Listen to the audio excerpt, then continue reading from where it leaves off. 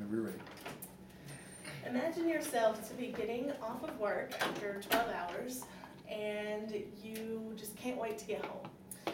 You walk to the bus stop and you're thinking about what you're going to cook for supper. Well, the next stop, you get on the bus, then the next stop, the front of the bus fills up and the bus driver turns around and says, "You, get out of your seat. Let the man sit down." This is exactly what Rosa Parks encountered. And she had no idea what consequences her actions would bring.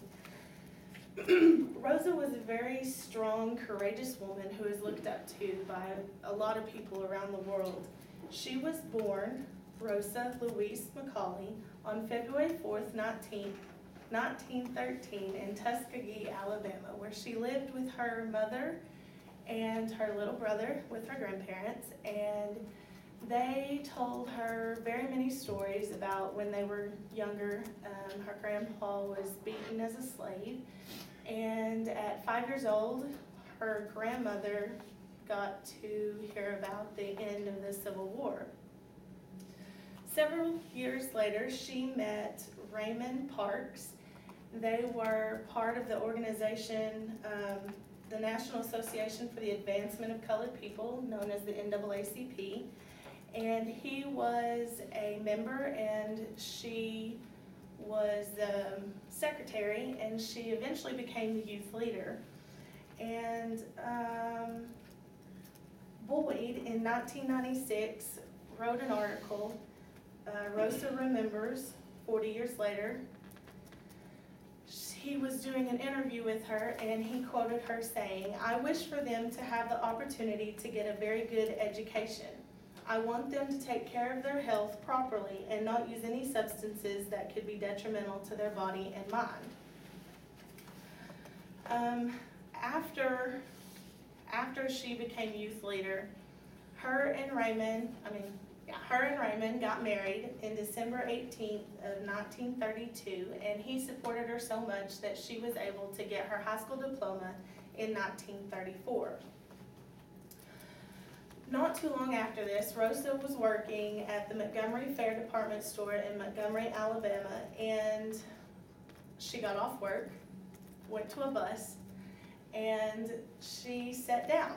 And the next bus stop, the white section of the bus filled up, and there was a white man that was still standing, and the bus driver turned around and told her, "Get up and give him your seat."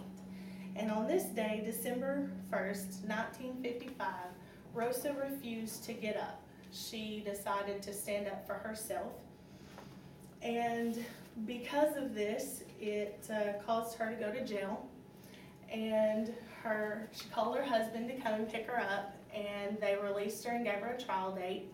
And the morning of Rosa's trial, all African Americans boycotted the buses.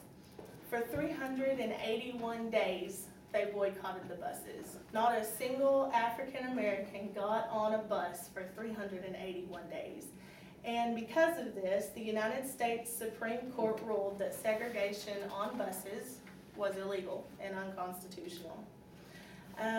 Rosa Parks died in October of 2005, and at her funeral, Nation of Islam leader Louis Farrakhan said Parks denied herself comfort. After denying herself, she picked up a cross, not a cross that you wear in your ear or around your neck, but a cross that represents rejection, being evil spoken of, and being falsely accused. This was recorded by Chappell and Ballard in a magazine article.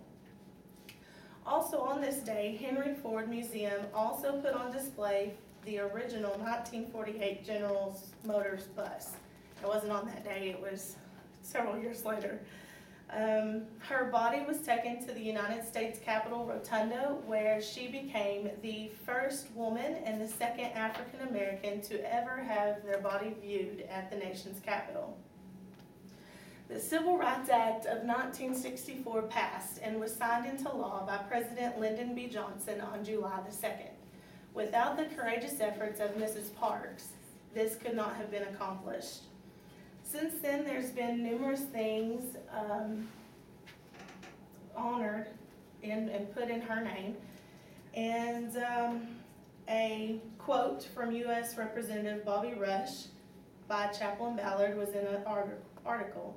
A heroine who history could not ignore, Rosa Parks' legacy is a reminder to us all that in order to prosper, we must be willing to persevere. On